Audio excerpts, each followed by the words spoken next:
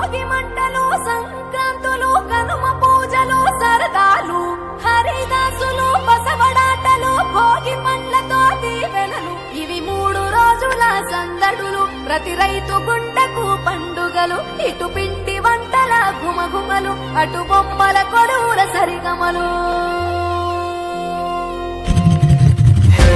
రంగు పతంగి వచ్చింది హే, నింగి సింగిడి అయ్యింది హే, చల్ చరక్ తెచ్చింది. Let's go let's go let's go let's go హే, పాత బస్తీకి చాओ హే, ధూల్ పెట్టకు భాగో హే, ఇటు మంజా లేగా. Let's go let's go let's go let's go. దక్షిణాన్ని సూర్యుడు విడిచాడే, ఉత్తరాన భానుడు నిలిచాడే, ఈ మకర రాశిలోకి అడుగు వేసే, తన దిశను నేటితో మార్చే చెట్టు పూలను పూసేలే, పండు నిండుగా కాసేలే, ఇంట్లో పంటలు నిండే, పశువులు పాడినిచ్చిందే, బంధువులంతా చేరి సందడి ఎంతో చేసే, సంక్రాంతి ఇంటికి వచ్చేసే, గుండెల వాకిళ్లలో బంధం పువ్వులు.